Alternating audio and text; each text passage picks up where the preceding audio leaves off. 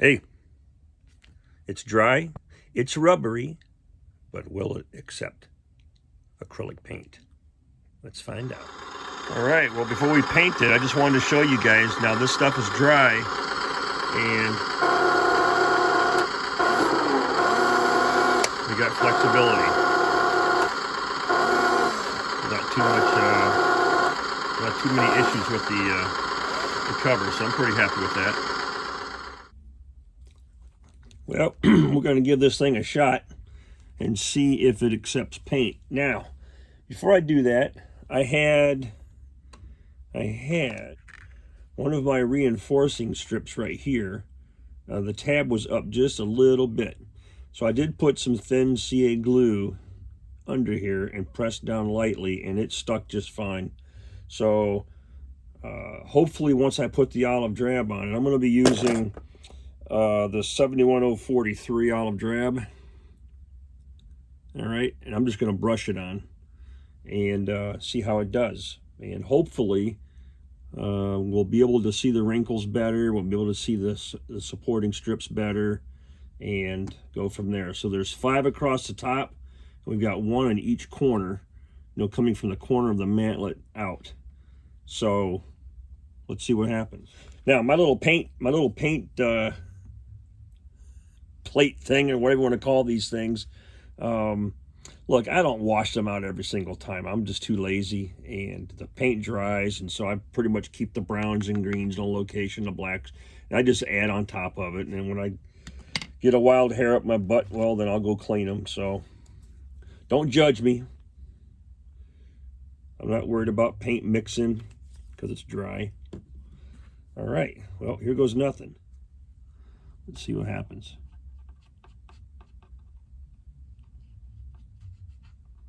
Now, that's interesting. All right, give me 1 second. I've got a Typhoon paint mixer that does a great job on these things. And you just basically put it down and just really fast and creates a little vortex or whatever on the inside and mixes paint up nice. This right here looks a little thin, so hopefully this makes a difference. If not, we'll just put on a couple of coats. Yeah, it's a little bit thicker. It's all right.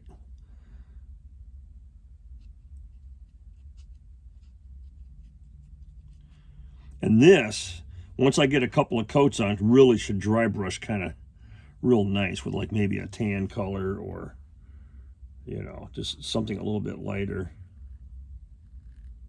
If I can get this thing dialed in, then we'll mask off this area and we'll spray paint the rest of the tank. All right. Okay, let me get to painting, and I will show you guys how it turned out. Well, I have about 2 coats of paint on there, and it looks like it's holding pretty well. I'm going to take a hair dryer to that and let it dry, and then I want to take the panel liner, okay, and I'm going to just do a couple of indications where the straps are, possibly where the seam is here, and do some of the shadows and see what happens. I may use the dark brown instead. I have a dark brown accent color and black. So, all right, hang tight. All right, I'm going to start with brown, a brown panel liner.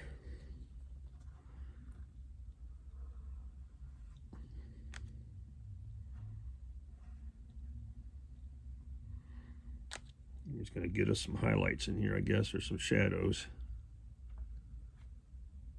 Okay, there's the one strap. That seems to be helping.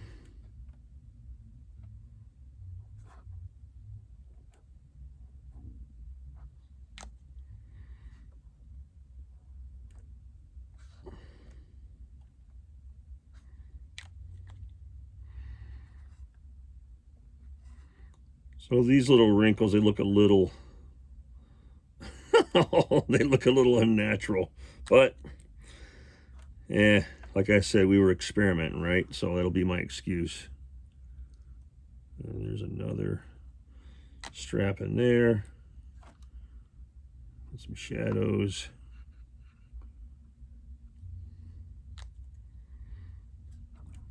Definitely got some shadows in there.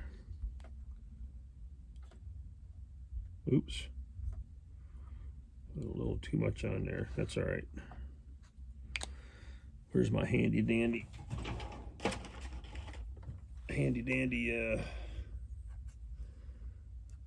Q-tip?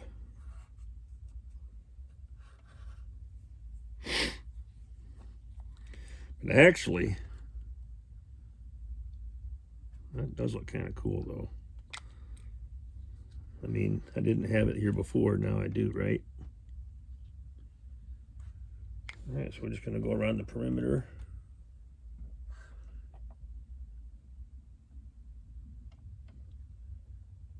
Hit the seams, hit the low areas.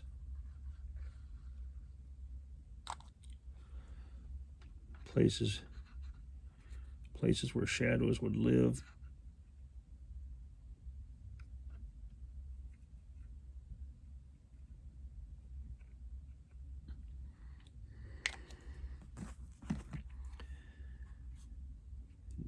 If it bleeds up, that's fine, because you're going to dry brush it anyways.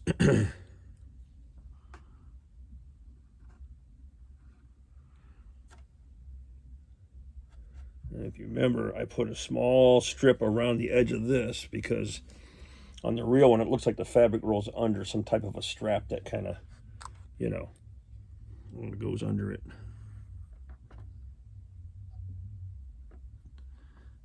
And we need some more shadows down here.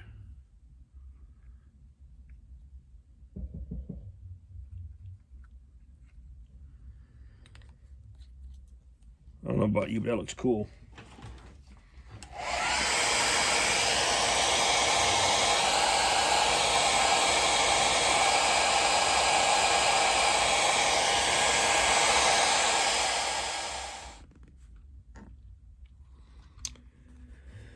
Now, just curious what a little bit of a black's going to do for us.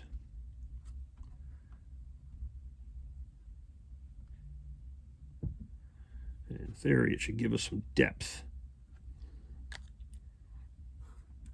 right? That didn't work.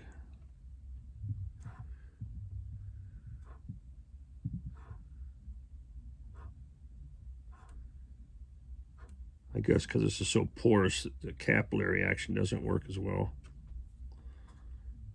But that's all right.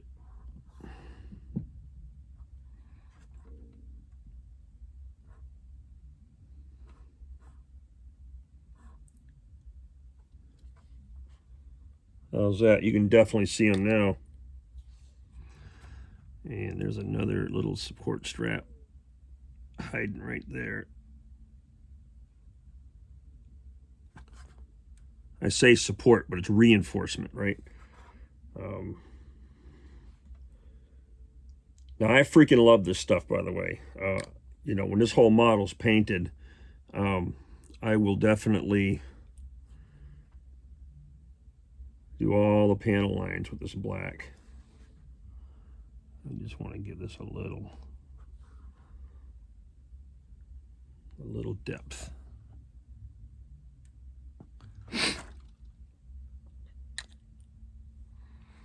Okay, and then we have the seam of the side part of the panel.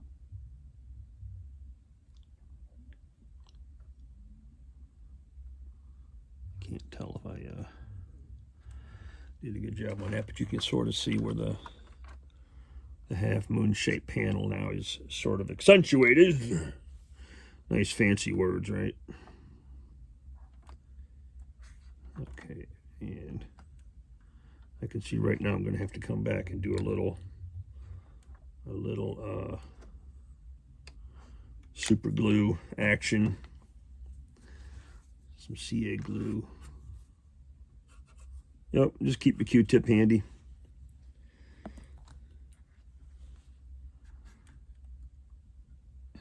if I saw a seam here, but you know what? In Mike's world, there's going to be one. So we're going to go ahead and create it. All right, it's starting to come to life, isn't it? Starting to come to life. Maybe go a little darker in here, up under here with some black. And wherever there's a shadow.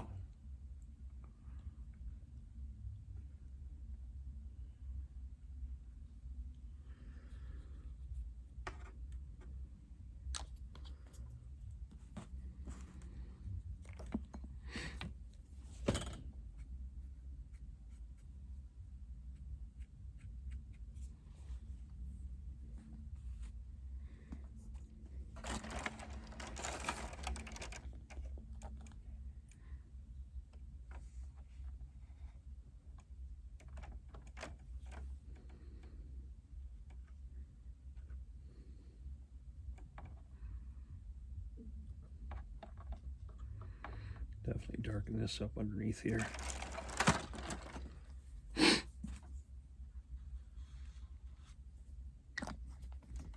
Okay. I tell you what, man, it's not looking half bad for the first time I've ever done this. And it still flexes, so that's good. All right. Well, that's not too bad. It's a good 10-footer. I've got an M60A3 coming. It's definitely going to need a shroud because the way the Tongde has it set up, it just looks kind of weird. But yeah, this will work. So, like I mentioned earlier, when I paint the whole thing, I love this panel line stuff because you know, it just does its thing. And this will all be hidden, obviously, but you know, it really brings out the shadows. Sorry about my camera work because my hands are kind of full or whatever. But then take your finger, rub it in the direction of the rainfall, let it go. And I may not even have to paint this. I can just go ahead and treat it with panel liner. While I'm waiting for the mantlet to dry, I may as well make myself useful. I need 6 of these bad boys. Got 1, 2, 3, 4, 5, 6. There are 2 extras left in this kit. And this little dude right here is for the sprocket, the hub for the sprocket in the rear. All right, and remember, this stuff's got to be glued on. But before we do that, you got to clean off the boogers, man. No boogers allowed on your parts. These little dudes are slippery. All right, clean your boogies off. Okie doke. Little trick if you don't know, get you steal one of these little candles from your wife and just put your little CA glue in there.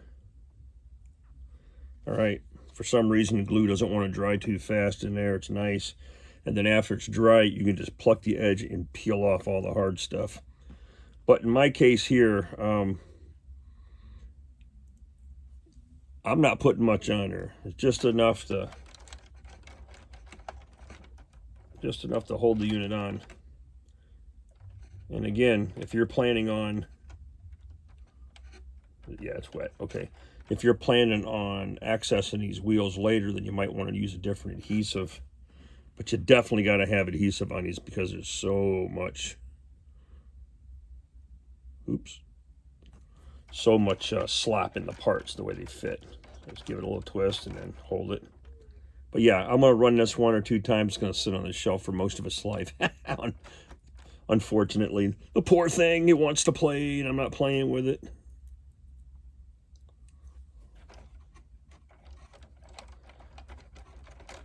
Interesting on these road wheels, the rubber is like it's like a foam rubber kind of deal that's on here, so that is removable.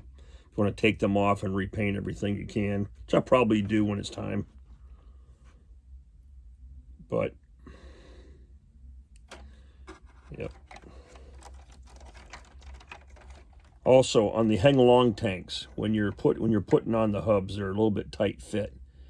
Don't just push it from the outside and push against the torsion bars behind it. You could damage it or break it. Always put your finger behind the torsion bar hub and squeeze the two together. All right, that way you avoid breaking the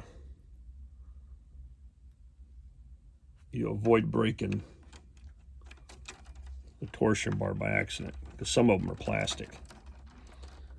That way you're putting, you know, pressure on both sides. I know that goes without saying for most of you guys, but I'm just saying.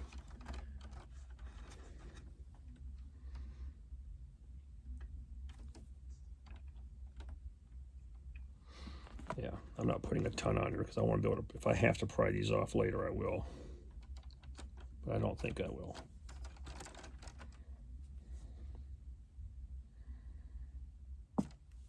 Just because ease of application, I'm going to use this Tamiya extra thin on this rear hub. It's a light fit, and it's a little bit squirrely, but I don't want too much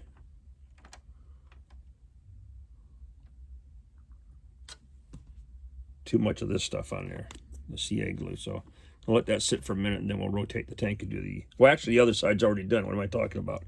Except I thought I didn't do the other hub.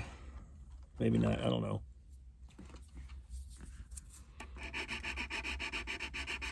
Remember the dimples?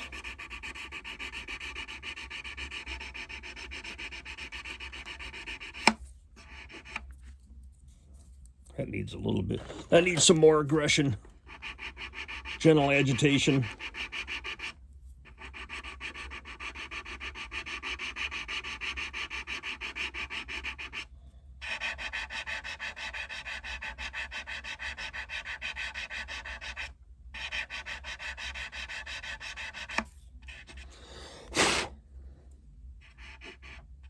That's better. Now, if you're not sure of your sanding job,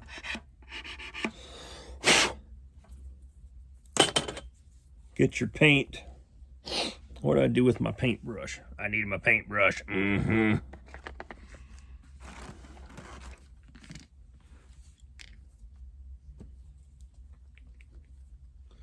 This will tell you real fast if you need to touch it up.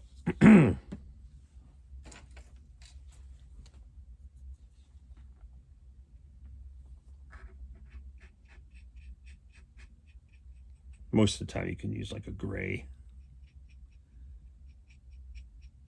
Just put any kind of flat paint on there. You need to seal that putty up anyways, so this can act as a primer.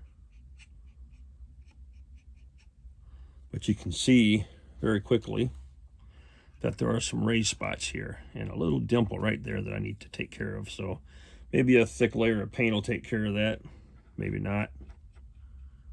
But flat paint is your friend looking for flaws.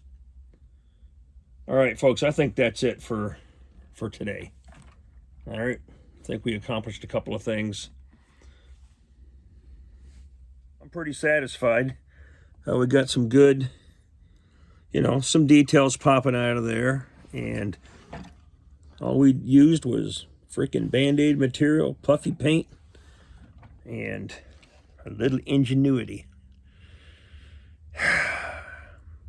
I'm going to be gone for the next probably 4 or 5 days, so you won't see a video for at least until next weekend.